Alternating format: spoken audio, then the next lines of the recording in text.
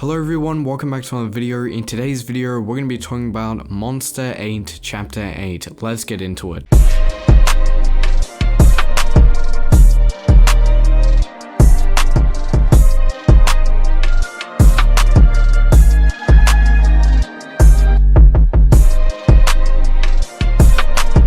So this chapter starts off with Kafka and the other defense corps, recruits wondering what the hell they should do, and Renner's basically calling for backup when Kafka disappears. So obviously this takes place right before Kafka goes to save Kikoru. Okay, so next we cut back to Kafka standing in front of Kikoru, obviously in the present, and Kikoru's like, what's the big idea? You were a kaiju the entire time, don't tell me you're in league with the other kaiju. But Kafka interrupts her, says, Kikoru, please, pretty please, I beg you, don't tell anyone, keep this a secret from the defense force, because obviously if they found out, this man is straight up dead. I mean, they have a bunch of people, including Mina, who would definitely kill him. However, I don't think Mina would if she knew it was Kafka. But anyway, back to the chapter. Basically, the Honju class kaiju gets ready to shoot its new energy blast that has been charging up with its horns at Kafka and Kikoru, but Kafka easily deflects it, sending it backwards into the debris and buildings behind them, creating a massive dust cloud. So after this massive dust cloud basically,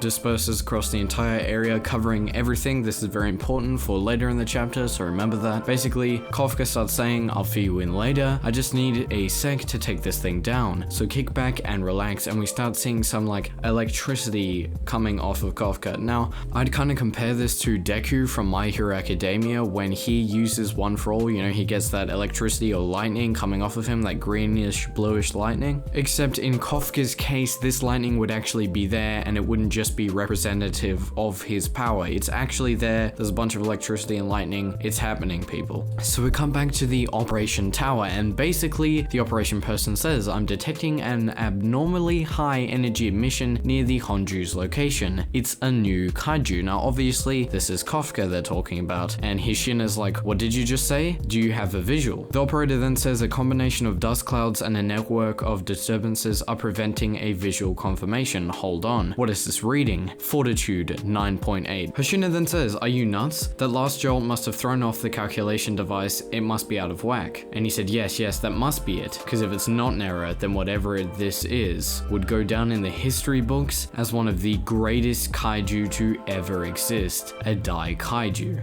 Then the Honju class kaiju charges at Kafka, but Kafka basically unravels some of his kaiju muscle fibers and sticks them into the ground, basically creating stabilizers for his legs. Then Kafka says, sorry, times are ticking, so I'm cleaning you up in one shot. And the ground, practically just all of it cracks and bursts because of the sheer pressure Kafka is creating. Then Kafka changes the back of basically his elbow into sort of like a cannon, and he shoots his fist towards the kaijus. This basically at first rips all of the kaiju's muscle fibers and skin off, and then cracks its bones, and then blows it up. I mean, hot damn. Yeah, greatest kaiju in history for sure. And then we see Kikoru's face like, huh? Just like in the last chapter, she is really, really surprised. Then Kafka says what seemingly is a badass line, let's see you try, and come back after that, and pounds his fist together. But then the kaiju dead flesh starts moving, and Kafka's like, oh hell no, I didn't actually mean for you to come back. Then we get some inner dialogue from Kikoru. She says, what is this guy? Even if my body was perfect, I'd never be able to beat him. Then we see a Yoju class kaiju come at Kafka and try to attack him and Kikoru, but obviously Kafka just one-shot a Honju, so he easily one-shots this one. And Kikoru's like, a Yoju? And then Kafka says, you seem to be alright from the looks of things, glad to see you're safe. Oh, but one piece of advice, you need to make your own safety more of a priority. And then Renner comes and says, I could say the same to you, and hits Kafka in the back. And Kafka's like, Ichikawa, what are you doing here? And and then Reno says, "You rushed off on your own without a word to me, and just like I figured, you made a spectacle out of yourself and transformed, eh?" And Kafka says, "Well, I thought maybe at first I could get away with just transforming individual body parts, but once I saw what we were up against, I realized that wasn't going to fly." And can I just say, I'm really loving the personalities of these characters like Kafka, Ichikawa or Reno, and just Kikoru. Every character here feels unique, they feel relatable, and they just, I don't know, they feel really, really good. And even though it's only been a few chapters, in terms of character development, for every character, it's actually been pretty amazing, especially for an action shonen. And then Kikoru passes out.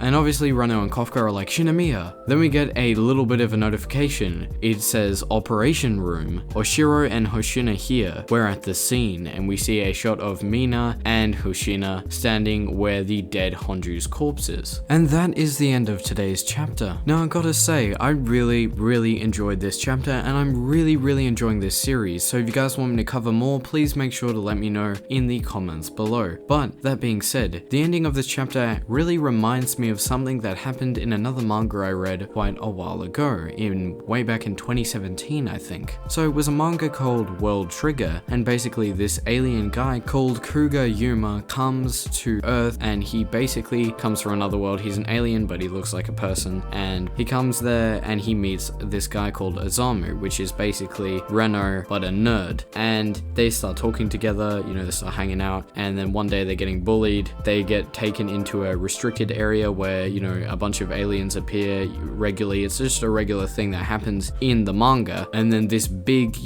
really high-leveled kind of alien comes out of the gate. The bullies can't do anything. Osamu can't do anything because he's a weak, C-class, basically a defense corps member. And he tries to attack this, giant monster, and he fails, of course. But then Kuga Yuma jumps up and basically one-shots it with his black trigger, which is his basically OP weapon. But because he did this, later on, the leaders of the defense corps basically find out that, well, there's no way that Osamu could have done that, because there's just no way. It's too high level. He was like the weakest one. No way. This has to be something else. Then they thought, I suspect, an alien could have done this, you know what I mean? And then they basically eventually figure out that it was an alien. They track him down, they confront him. Eventually they come to some mutual understanding between each other, but they're still not on good terms, and that was kind of all I had read of the manga. I feel like a similar situation could happen here in Monster 8. I feel like Kafka being a super overpowered humanoid kaiju could lead to very similar circumstances that happened in World Trigger happening in Monster 8, where basically the defense corps will probably find out that Kafka is a kaiju eventually, and probably Mina will be one of the people who will help him get on good terms with the people in the, higher up positions. And I'd imagine that Kikoru would have a part to play in that as well, since he did save her life. But that is going to be it for today's video. If you guys did enjoy today's video, make sure to leave a like, subscribe if you're new, and hit the notification bell to get notified every time I post a Monster 8 video. And yeah, peace out guys.